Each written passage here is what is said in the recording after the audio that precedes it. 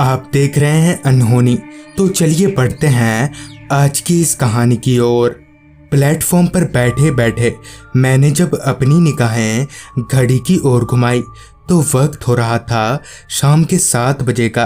दरअसल आज दोपहर 2 बजे मुझे मेरे पापा का कॉल आया और पापा ने बताया कि तुम्हारे नाना जी अब इस दुनिया में नहीं रहे।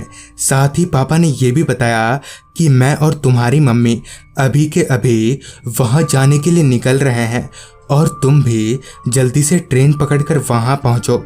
असल में मैं अपने घर से दूर किसी दूसरे शहर में काम करता हूँ और वहीं पर रहता हूँ। खैर ट्रेन अपनी निर्धारित समय से आधा घंटा लेट चल रही थी। थोड़ी देर ऐसे ही इंतजार करने के बाद ट्रेन प्लेटफॉर्म पर आकर लग गई। ट्रेन के आते ही मैं चढ़ गया और एक खिड़की वाली सीट पकड़कर बैठ गया। ट्रेन के खुलते ही ट्रेन ने काफ़ी रफ्तार पकड़ ली। अगर ट्रेन ऐसी ही चलती रही तो मैं रात के 11 बजे तक गांव के स्टेशन पर उतर जाऊंगा। करीब 4 घंटे बाद ट्रेन मेरे गांव के स्टेशन पर रुकी। ट्रेन के रुकते ही मैं नीचे उतरा। स्टेशन पूरी तरह से सन्नाटे में डूबा हुआ था। ना तो कोई इंसान उस स्टेशन में दिखाई पड़ रहा था और ना ही कोई आदमी मेरे अलावा उस ट्रेन से उतरा था। खैर मैं स्टेशन से बाहर निकला तो बाहर और भी ज़्यादा खामोशी फैली हुई थी। स्टेशन में तो इक्का दुक्का लाइटें भी दिखाई पड़ रही थीं, पर बाहर तो चारों तरफ अंधेरा ही अंधेरा छाया था।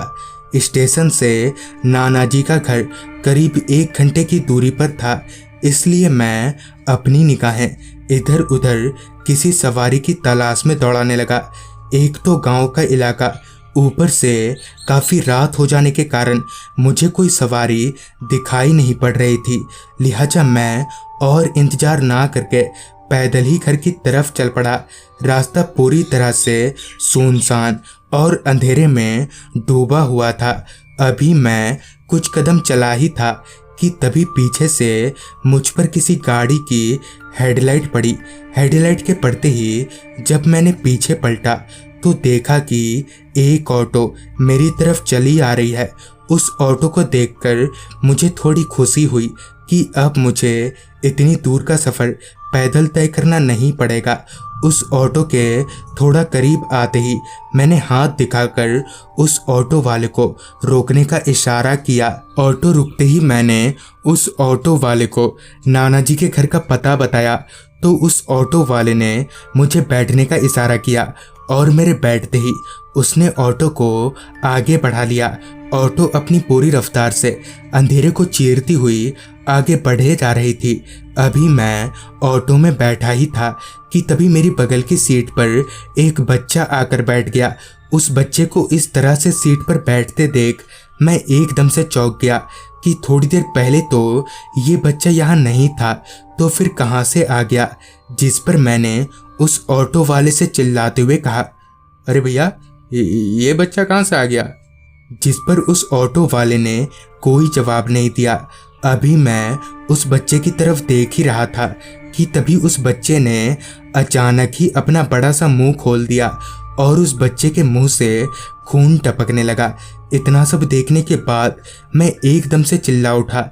मेरे चिल्लाते ही एकदम से उस ऑटो वाले ने अपना सिर पीछे घुमा लिया और बोला, पिंटू अंकल को क्यों परेशान कर रहे हो। उस ऑटो वाले के इतना बोलते ही वो बच्चा एकदम से गायब हो गया। इतने में ही उस ऑटो वाले ने कहा, साहब आपका पता आ गया। ये सुनते ही मैंने ऑटो से उतरकर दौड़ लगा दी। घर पहुंचकर मैंने सबको पूरी बात बताई, जिस पर घर वालों ने बताया कि आज से करीब महीना भर पहले वो ऑटो वाला और उसका बेटा ऑटो से कहीं जा रहे थे, मगर तभी एक बस के साथ उनकी टक्कर हो गई, जिससे मौके वारदात पर ही उन दोनों की मौत हो गई और तब से उनकी आत्मा इसी रास्ते पर भटकती रहती है। तो दोस्तों ये थी आज की कहानी।